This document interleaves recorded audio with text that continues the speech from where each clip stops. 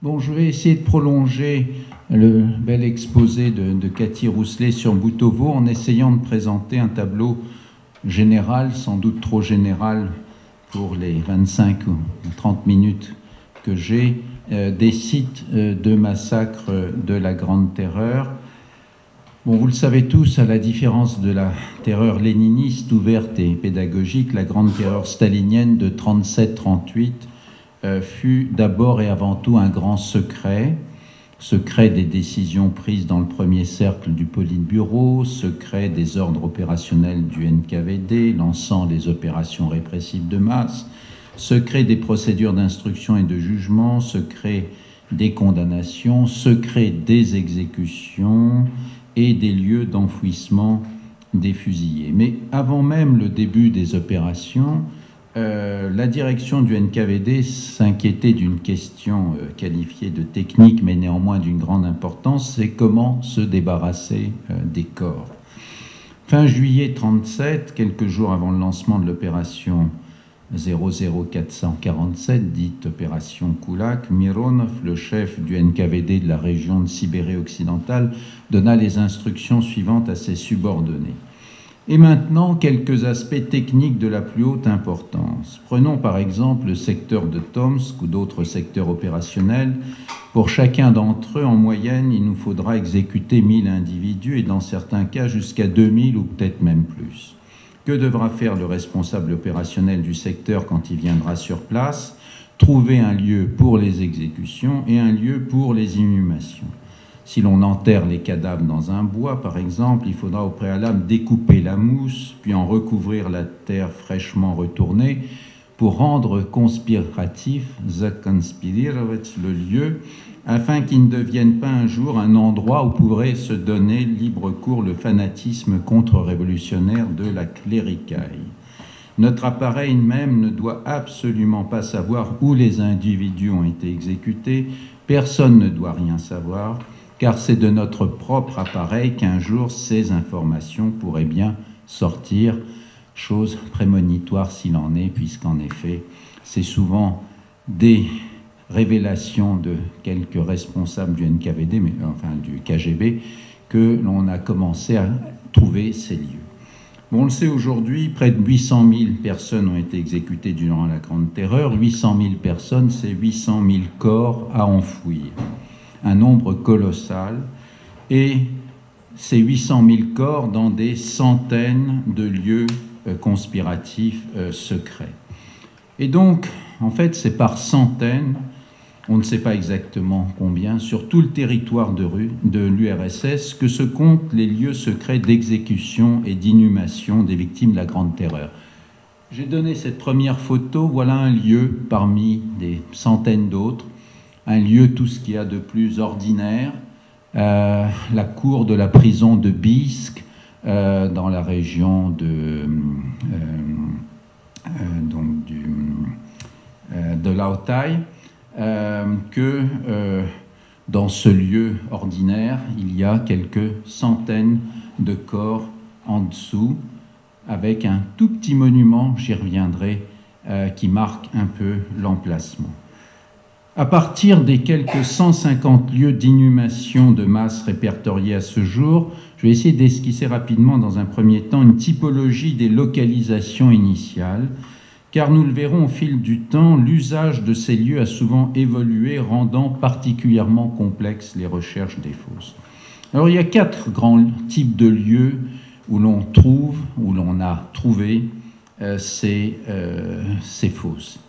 D'abord, les Spetszonen du NKVD, qui sont des lieux fermés, le plus souvent entourés de palissades et fermement gardés, un peu de ce type, comme ici la Kommunarka, inaccessibles au public durant des décennies, qui pouvaient être soit des dachas de hauts responsables de la police politique, comme à Kommunarka, soit des camps de pionniers du personnel de la police politique, comme à Pivovarikha, près d'Irkoutsk, soit des terrains de sport, les fameux clubs Dynamo de l'OGPU-NKVD, à Sverdlovsk, Ekaterinbourg, ou encore des zones de tir, des zones d'entraînement militaire, ou simplement d'autres sites fermés sans précision, du NKVD comme à Levachova, Kurapate, etc. C'est dans ce premier type de lieu que l'on trouve généralement les plus grands ensembles de fosses. Deuxième type de localisation, tout simplement les cimetières urbains dans des villes moyennes comme Yaroslavl, Ijevsk, Ivanovo, Jitomir, Ufa, Ariov, Ulyanovsk, Ryazagne, Tver, etc. Troisième localisation, souvent des terrains vagues, non loin des prisons, des sièges du NKVD, voire dans les cours même des prisons où les condamnés étaient exécutés. Souvent, il s'agissait de ravins naturels utilisés par la suite comme des décharges publiques, comme à Borissaglebsk, Saransk, Taganrog, Ulyanovsk ou encore Tomsk. Et quatrième localisation, des sites totalement isolés, loin de tout, les détenus étaient spécialement amenés pour y être exécutés. Par exemple, à Sandarmokh, en Carélie, une forêt quelque part, près du kilomètre 19 de la route Medvedjegorsk-Pavenets, où près de 1200 détenus des Solovki furent abattus après une très longue pérégrination, ou Krasny Bor, une autre forêt, une vingtaine de kilomètres au sud-est de Petrozavodsk, ou encore la prison spéciale de Khatenach, surnommée la Serpentinka, au cœur de la Kolyma. Alors évidemment, l'histoire de la découverte et de la mémorialisation des fosses communes des victimes de la Grande Terreur est en fait très différente selon les lieux et le moment où elles ont été mises au jour. Il y a eu une première catégorie de sites, ce sont des sortes de sites gelés qui ont été conservés tels quels durant un demi-siècle, voire davantage, comme à Sandarmokh, découvert au terme de très longues recherches, notamment par Irina Flig en 1997, ou encore un certain nombre de sites qui ont été situés dans les zones spéciales du NKVD. Ce sont des sites qui n'ont pas bougé en quelque sorte. Mais il y a eu aussi beaucoup de sites qui ont été profondément perturbés, transformés, bouleversés pour toute une série de raisons. Soit qu'ils aient été découverts déjà par les Allemands durant l'occupation de 1941-1943, comme à Vinnytsia ou à Bukovnia, près de Kiev, soit qu'ils aient été mis au jour par quelques phénomènes climatico-géologiques comme l'érosion et volontairement détruits par les autorités dans les années 70, comme sur l'exemple dont je vais vous parler tout à l'heure de Kolpachov, qui est une ville de district de la région de Tomsk au bord de l'Ob, soit qu'ils se soient trouvés par hasard sur les lieux d'un chantier de construction d'usines ou de routes, à Yekaterinbourg, au fameux kilomètre 12, à Tumень, à Tomsk et d'autres. Autre élément spécifique qui a pu complexifier le lieu, si certains sites n'ont servi qu'en 1937-1938, d'autres ont été utilisés comme des lieux d'exécution pendant une période beaucoup plus longue, à Levachova jusqu'en 1954 par exemple, ou à l'inverse, dans le ravin de Kashiak à Tomsk depuis 1920, depuis la guerre civile, avec des exécutions massives durant la guerre civile. Et donc chaque site a vraiment son histoire très particulière. Et à cela s'ajoute, depuis sa découverte, un autre élément de complexification, c'est évidemment l'histoire locale du processus des mémorialisations en fonction de toute une série de critères. Est-ce que le site va être pris en charge ou au contraire nié par les autorités locales?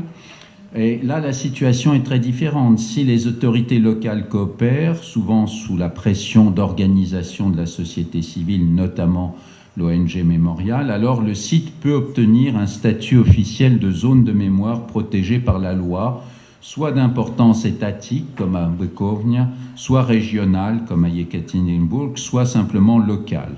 Par contre, si les autorités ne coopèrent pas, alors les fosses peuvent tout simplement disparaître sous des amas de gravats ou de rebuts de matériaux de construction, comme à Tomsk par exemple. Et puis il y a toujours la part absolument fondamentale de l'initiative privée, des individus qui décident d'ériger des petits mémoriaux, comme sur le site de la Serpentinka par exemple, où le mémorial a été érigé par Ivan Panikarov et quelques amis. Et il y a aussi évidemment toute l'importance de l'initiative locale, des branches locales de l'association mémoriale qui ont très souvent joué un rôle décisif dans la mémorialisation des lieux de massacre, nonobstant l'opposition des autorités locales. Donc dans le temps qui m'est imparti, je vais essayer de montrer à partir de quelques exemples l'extraordinaire diversité de ces histoires des lieux de massacre, devenus ou pas des lieux de mémoire. Lieux mémoriels connus et fréquentés, comme à Butovo par exemple, Levachova et d'autres, lieux mémoriels quasi confidentiels, comme la Serpentinka ou d'autres, et tout simplement des lieux non reconnus. Car il est très important de rappeler que dans un très grand nombre de lieux d'exécution, et non des moindres, l'emplacement des fosses n'a toujours pas été localisé. Je citerai quelques villes: Arkhangelsk, Bakou, Ashkhabad, Akhtubinsk, Oust-Kamenogorsk au Kazakhstan, Rostov-sur-le-Don, qui était le centre d'une immense région particulièrement touchée par la répression, celle de la région Azov, mer Noire, Tbilissi, Yerevan, Krasnodar, Saratov, Simferopol, Krasnodar, etc. Donc toute une série de lieux où on n'a tout simplement pas retrouvé les fosses. Parmi les endroits où on n'a ni cherché ni retrouvé les fosses, sans parler des listes de Suzier, figure par exemple la Serpentinka, qui est ce lieu donc perdu dans les montagnes de la Kolyma, à une trentaine, ça c'est le paysage autour, à une trentaine de kilomètres du bourg de Yagodne, où étaient amenés pour y être exécutés les détenus du Dolstroï condamnés à mort dans le cadre de l'opération de nettoyage des camps de leurs éléments criminels et contre-révolutionnaires endurcis. La prison a été dynamitée en 1945, mais on ne sait toujours pas où ont été enfouis les corps. Dans la première moitié des années 40, une rumeur disait que des tas de cadavres réapparaissaient après la fonte des neiges. C'est la fameuse thème de la nouvelle de Shawamov Prebaï. Selon d'autres rumeurs, les corps étaient jetés dans la rivière avoisinante. Dans les années 80, les orpailleurs retrouvaient, dit-on, crânes et ossements en nombre. Et finalement, le 22 juin 1991, comme l'a déjà souligné Lyuba Jurgenson, Ivan Panikarov érigea, près de l'emplacement supposé de l'ancienne prison de la Serpentinka, un modeste monument aux victimes exécutées en ce lieu, une initiative strictement personnelle. Autre cas de figure où les fosses n'existent plus, mais où l'on sait ce qui s'est passé, et où il y a un modeste monument qui devait être au futur érigé. Ici on voit donc, c'est l'exemple de Kaupachova dans la région de Tomsk. Здесь будет установлен памятник, mais il n'y a jamais de памятник qui a été установлен. Kaupachova, qui était le chef-lieu du Kraï de Narym, qui était un centre important de déportation de Koulak en Sibérie occidentale, et lieu de chasse tout désigné pour débusquer de très nombreux ex-Koulak, puisque près de 4000 personnes furent exécutées ici. Mais en 1979, lors d'une crue de l'Aube, les eaux du fleuve érodèrent cet endroit et dévoilèrent un immense charnier. Alors, problème pour les autorités locales du parti en 1979. Qu'est-ce qu'ils font? Ils déclarent qu'il s'agit de déserteurs fusillés pendant la guerre. Le terrain est rapidement fermé et mis sur surveillance. On décide de déverser les dépouilles dans le fleuve. Et pendant de nombreuses semaines, un remorqueur, ici donc en bas, creusa l'escarpement pour faire tomber directement les dépouilles dans l'Aube. L'opération était dirigée par le premier secrétaire du comité régional de Tomsk, qui n'était autre que Igor Ligatchov, connu après dans les années 80, et par le général du KGB Alexander Fokin, venu spécialement de Moscou pour l'opération. L'entreprise semblait simple, le fleuve devait emporter les ossements humains et il n'en resterait aucune trace. Mais on n'avait pas compté avec une particularité physique du lieu. Étant donné la densité des cadavres dans les fosses, empilés par couches serrées, un certain nombre de corps s'étaient momifiés et refusaient de se noyer. Certains cadavres étant retrouvés sur les rives du fleuve jusqu'à 100 km en aval. Et donc l'opération se transforma en farce macabre, puisque des patrouilles de fonctionnaires du KGB sur des canots à moteur durent repêcher les cadavres dans le fleuve, les lester de ferraille et noyer définitivement les ennemis du peuple fusillés 40 ans auparavant. Comme Kopachova, d'autres sites de massacre furent découverts par hasard dans les années 60-70. Découverts et aussitôt cachés au regard. À Sverdlovsk, Yekaterinbourg, aujourd'hui en 67, lors de la réfection du stade Dynamo. Donc il y a une photo prise par Thomas Kijny de ce stade récemment. À l'occasion du 50e anniversaire de la Révolution d'octobre, les conducteurs de bulldozers tombèrent sur des fosses pleines d'ossements humains. Sur ordre des autorités, ces fosses furent aussitôt refermées et quelques années plus tard, en 1976, au kilomètre 12 de l'autoroute Yekaterinbourg-Perm en construction, aussi photo de Thomas Kijny récente, à l'endroit où la voie traverse les terrains du même complexe sportif Dynamo, entre-temps agrandi, on tomba sur d'autres fosses communes plus importantes. Les ossements furent chargés par les détenus d'un camp voisin sur des camions et emportés vers une destination inconnue. Et ce n'est qu'en 88 que le commandant de la milice fit part de ses découvertes à un historien, Vadim Wiener, directeur du musée d'histoire du Komsomol d'Ekaterinbourg.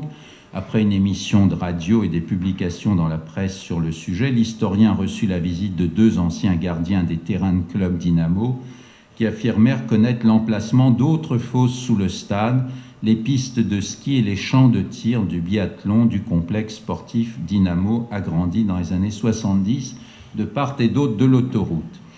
2 ans passèrent encore avant que, sous la pression de l'opinion publique, en 90, les autorités de la ville acceptent de mener une modeste fouille de contrôle sur le bord même de l'autoroute, au cours de laquelle quelques 81 squelettes de personnes abattues d'une balle dans la nuque furent mis au jour.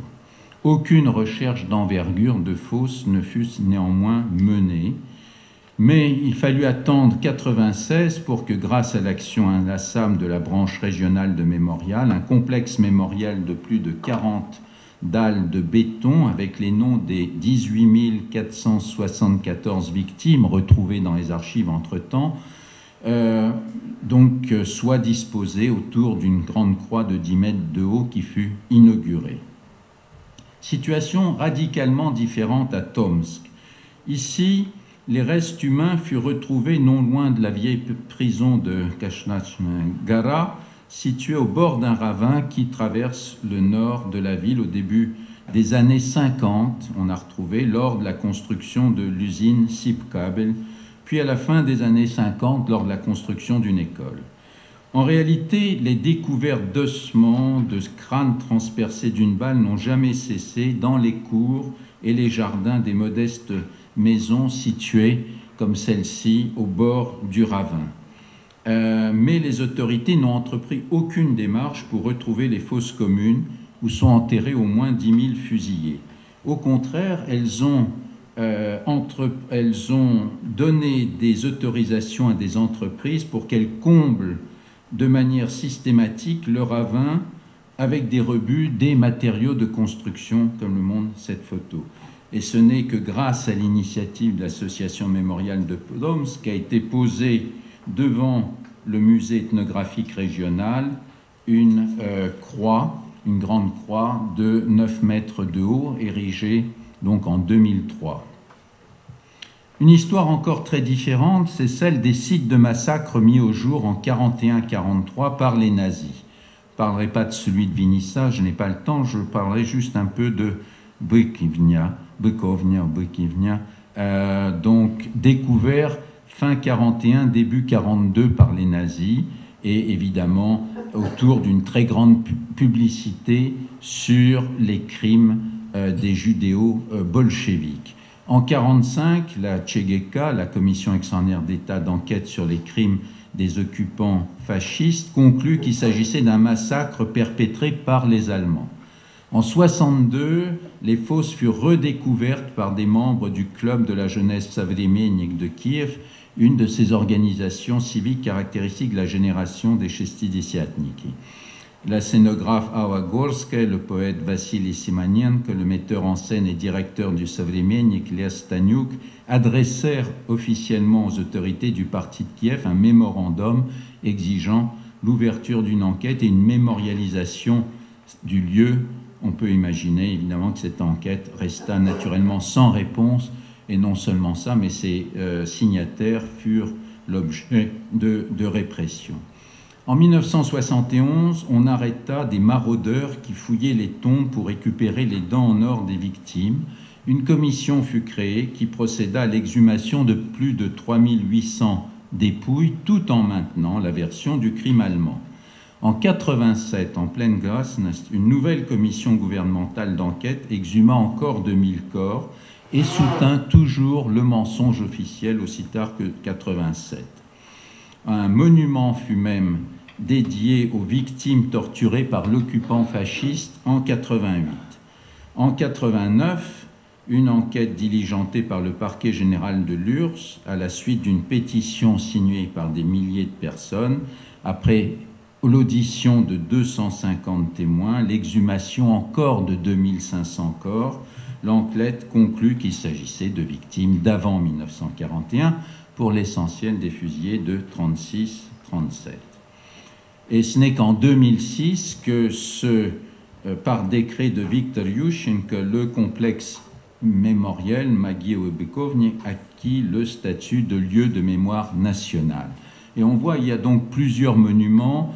Il y a le monument du prisonnier politique de 1937, il y a un cimetière militaire polonais, mais il y a aussi de très nombreux signes de mémoire privée que l'on va retrouver dans de très nombreux autres lieux, que ce soit Levashov, Sandarmor, Pivovarich, près d'Irkoutsk.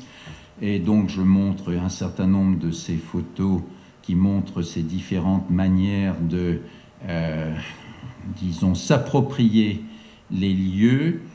Et on a donc ici une véritable appropriation du lieu par les familles ou les proches des victimes qui accrochent comme ils le peuvent, plantent des photos des disparus, des planchettes de bois où sont inscrits des noms, des médaillons, plantent des croix, délimitent des tombes individuelles symboliques, et peu importe s'il n'a pas été documenté que leurs proches reposent effectivement en ce lieu. Cette démarche répond évidemment à un besoin de localiser quelque part un lieu d'inhumation, d'incarner cet espace de fosse commune et anonyme, de le personnaliser d'une manière ou d'une autre. Et très souvent, dans ces lieux, on a aujourd'hui en fait 3 niveaux de mémorialisation. Un monument commémoratif principal dédié à l'ensemble des victimes, comme ce petit monument dans la région de Perm, ou bien encore ce monument, cette tombe aux fusillés inconnus, des monuments dédiés aux victimes de tel ou tel groupe national ou confessionnel, soit polonais, ukrainien, biélorusse, lituanien, letton, estonien, allemand, juif. On en compte une vingtaine, par exemple, à Levashov. Et enfin, ces signes de mémoire individuels, plus de 700 à Levashov, des centaines à Sandarmor, Bykovnia, Pivovarich, etc. Et je voudrais juste terminer donc par, voilà, donc ici il y a une jolie petite annonce, voilà, si on peut dire, Берегите, друзей, не тревожьте покой невинно убиенных. Voilà, сегодня у них единственный друг деревья, да зеленый ковер из трав и цветов. Une jolie petite manière de célébrer. Et donc, je voudrais juste terminer rapidement, dans les 2-3 minutes qui me restent, par Kuropaty. Pardon? Oui, on peut peut-être traduire. Oh, oui, oui, excusez-moi. Donc, voilà, donc ça c'est, on dit que une fausse. Oui, d'accord, pardon. Donc, c'est donc cette forêt est une ancienne zone spéciale du NKVD. Dans toute cette zone, dans les fosses, c'est par centaines et dizaines ou seuls que l'on a les restes des proches, des gens proches de nous.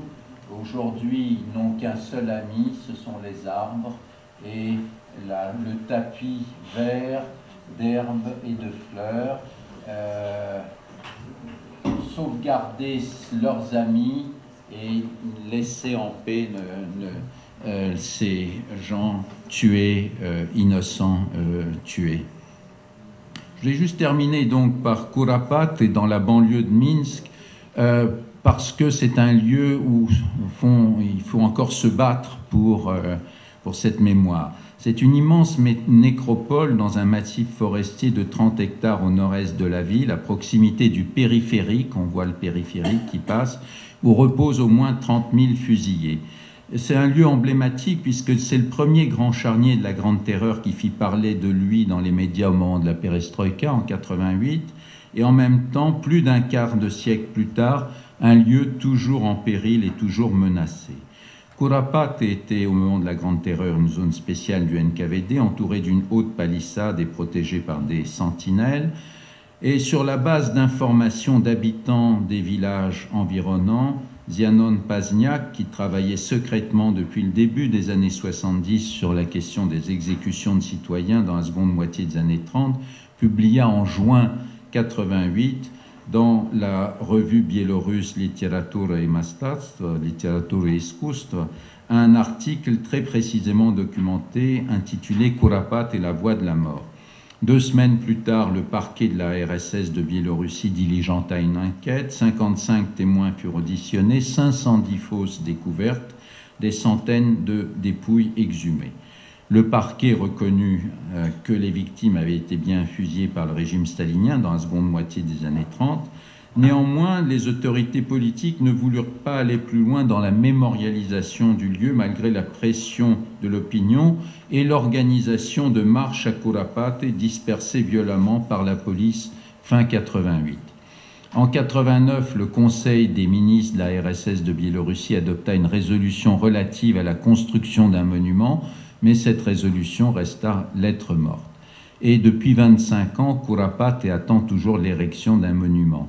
Alors face à cette inertie, évidemment aggravée par l'évolution de plus en plus dictatoriale du régime du Batko Lukashenko, le découvreur de Kurapate et militant de l'opposition démocratique, Zenon Pazniak, appela en 2000 la population à créer un mémorial national et lança les marches de la croix à Kurapate, à l'occasion d'ailleurs de la fête des Dziady, la fête des morts et des anciens. Et en 2 ans, plus de 500 grandes croix commémoratives en bois furent dressées sur le site, croix qui sont régulièrement arrachées, systématiquement arrachées. Depuis 10 ans, les militants de la mémoire se battent contre différents projets routiers, immobiliers et commerciaux qui menacent le site. De septembre 2001 à juillet 2002, ils installèrent des piquets de protestation tenus jour et nuit contre la construction d'une bretelle du boulevard périphérique qui aurait traversé la forêt, non sans succès, puisque l'autoroute passe maintenant à côté du site. Puis, dans les années 2003-2005, ils réussirent à contraindre les autorités à renoncer à la construction déjà débutée d'un lotissement immobilier baptisé Solnichny, juste à côté de la nécropole.